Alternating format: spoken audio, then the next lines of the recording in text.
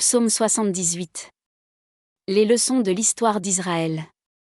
Écoute, ô mon peuple, ma loi. Tends l'oreille aux paroles de ma bouche.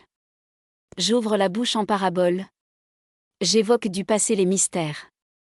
Nous l'avons entendu et connu. Nos pères nous l'ont raconté.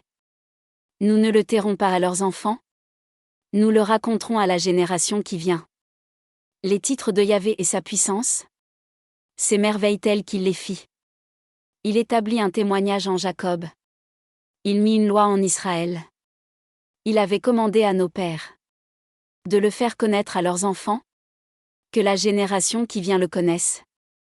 Les enfants qui viendront à naître. Qu'ils se lèvent, qu'ils racontent à leurs enfants.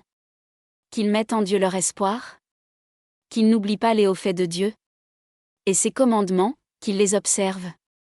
Qu'ils ne soient pas, à l'exemple de leur père, une génération de révolte et de bravade. Génération qui n'a point le cœur sûr. Et dont l'esprit n'est point fidèle à Dieu. Les fils d'Éphraïm, tireurs d'arc, se retournèrent, le jour du combat. Ils ne gardaient pas l'alliance de Dieu. Ils refusaient de marcher dans sa loi. Ils avaient oublié ses hauts faits. Ces merveilles qu'il leur donna de voir. Devant leur père il fit merveille. En terre d'Égypte, au champ de Tani. Il fendit la mer et les transporta. Il dressa les eaux comme une digue. Il les guida de jour par la nuée. Par la lueur d'un feu toute la nuit. Il fendit les rochers au désert. Il les abreuva comme à la source du grand abîme. Du roc il fit sortir des ruisseaux. Et descendre les eaux en torrent. Mais de plus belle ils péchaient contre lui. Et bravaient le Très-Haut dans le lieu sec. Ils tentèrent Dieu dans leur cœur, demandant à manger à leur faim. Or ils parlèrent contre Dieu. Ils dirent, est-il capable, Dieu, de dresser une table au désert? Voici qu'il frappe le rocher. Les eaux coulent, les torrents s'échappent. Mais du pain, est-il capable d'en donner? Ou de fournir de la viande à son peuple? Alors Yahvé entendit, il s'emporta. Un feu flamba contre Jacob. Et puis la colère monta contre Israël. Car ils étaient sans foi en Dieu. Ils étaient sans confiance en son salut. Aux nuées d'en haut il commanda. Il ouvrit les battants des cieux. Pour les nourrir il fit pleuvoir la manne. Il leur donna le froment des cieux. Du pain des forts l'homme se nourrit. Il leur envoya des vivres à satiété. Il fit lever dans les cieux le vent d'est. Il fit venir par sa puissance le vent du sud. Il fit pleuvoir sur eux la viande comme poussière. La volaille comme sable des mers. Il en fit tomber au milieu de son camp. Tout autour de sa demeure. Ils mangèrent et furent bien rassasiés. Il leur servit ce qu'ils désiraient. Eux n'étaient pas revenus de leur désir. Leur mangeaient encore en la bouche. Que la colère de Dieu monta contre eux. Il massacrait parmi les robustes. Abattait les cadets d'Israël. Malgré tout, ils péchèrent encore. Ils n'eurent pas foi en ses merveilles. Il consuma en un souffle leurs jours. Leurs années en une panique. Quand il les massacrait, ils le cherchaient. Ils revenaient, s'empressaient près de lui. Ils se souvenaient, Dieu leur rocher. Dieu le Très-Haut, leur Rédempteur. Mais ils le flattaient de leur bouche. Mais de leur langue ils lui mentaient. Leur cœur n'était pas sûr envers lui. Ils étaient sans foi en son alliance. Lui alors, dans sa tendresse, effaçait les torts au lieu de dévaster. Sans se lasser, il revenait de sa colère. Au lieu de réveiller tout son courroux. Ils se souvenaient, eux, cette chair.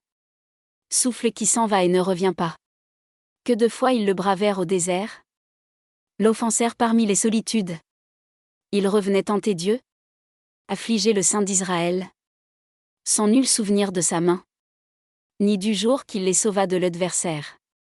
Lui qui en Égypte mit ses signes. Ses miracles au champ de Tani. Fit tourner en sang leurs fleuves. Leurs ruisseaux pour les priver de boire. Il leur envoya des temps qui dévoraient. Des grenouilles qui les infestaient. Il livra aux criquets leur récolte. Et leur labeur à la sauterelle. Il massacra par la grêle leurs vignes. Et leurs sycomores par la gelée. Il remit à la grêle leur bétail. Et leurs troupeaux aux éclairs. Il lâcha sur eux le feu de sa colère. Emportement et fureur et détresse. Un envoi d'anges de malheur. Il fraya un sentier à sa colère. Il n'exempta pas leur âme de la mort. À la peste il remit leur vie. Il frappa tout premier-né en Égypte. La fleur de la race aux tentes de Cham. Il poussa comme des brebis son peuple. Les mena comme un troupeau dans le désert. Il les guida sûrement, ils furent sans crainte.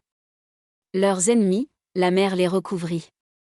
Il les amena vers son saint territoire. La montagne que sa droite a conquise. Il chassa devant eux les païens. Il leur marqua au cordeau un héritage. Il installa sous leur tente les tribus d'Israël.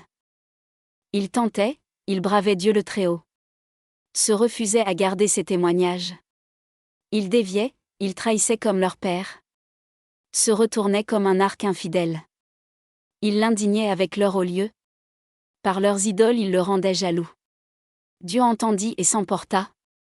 Il rejeta tout à fait Israël. Il délaissa la demeure de Silo. La tente où il demeurait chez les hommes. Il livra sa force à la captivité. Aux mains de l'adversaire sa splendeur. Il remit son peuple à l'épée. Contre son héritage il s'emporta.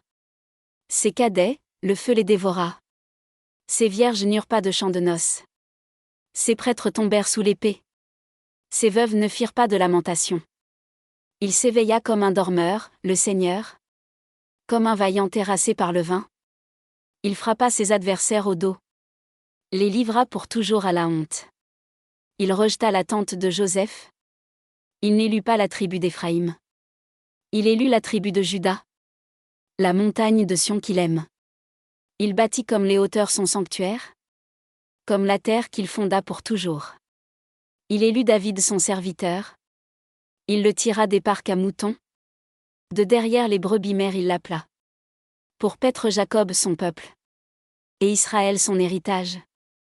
Il les paissait d'un cœur parfait. Et d'une main sage il les guidait.